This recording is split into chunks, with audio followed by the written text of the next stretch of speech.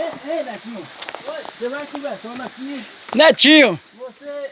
Nós vai investir na cachoeira do Bunhadinha, lá é a cachoeira mesmo agora, né? É. A pedra d'água, né? Com certeza. Pronto.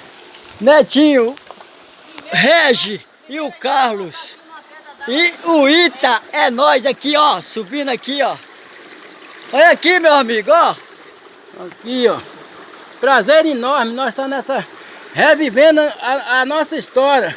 Pelo Marrege Olodum e começamos a fazer essa trilha aqui.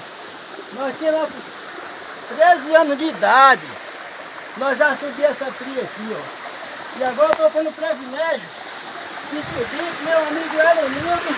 Olha nós aqui, ó. Meu querido Regis de novo, meu querido Netinho. E hoje, um dia eu falei com o Netinho, eu vou ver você na televisão, com sua profissão de diretorista, não foi, Netinho? Foi. Olha lá, ó. Ele tá no Dedê na mochila. Dedê na mochila, Globo Repórter. Isso. Já guiei para Dedê na mochila, Globo Repórter. Aqui as fotinhas básicas que eu faço. Dessas aqui tem várias. Muitas outras. Aí, mostra aí. Ali tem uma cachoeirinha de 5 metros ali. É nóis, Ita. Com um poço, onde pode tomar banho. Dá uma Mergulhar. encostada ali que você vai ver Aí, ó. filé.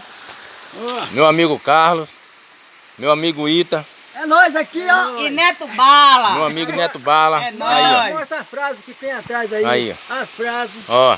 Olha a frase. De A a Z para não esquecer de você. De 1 a 100 para não esquecer de ninguém. Organização. Fale, Regis. Carlos Vaqueiro. É show, papai. Vamos lá. Aí, ó. Aqui só é o comecinho, viu? Isso aí, o começo da felicidade. O bom tá mais pra cima. Vamos nessa. Agora deixa o velhinho se ajeitar aqui, que o velhinho Vamos lá. tem que ter cuidado, senão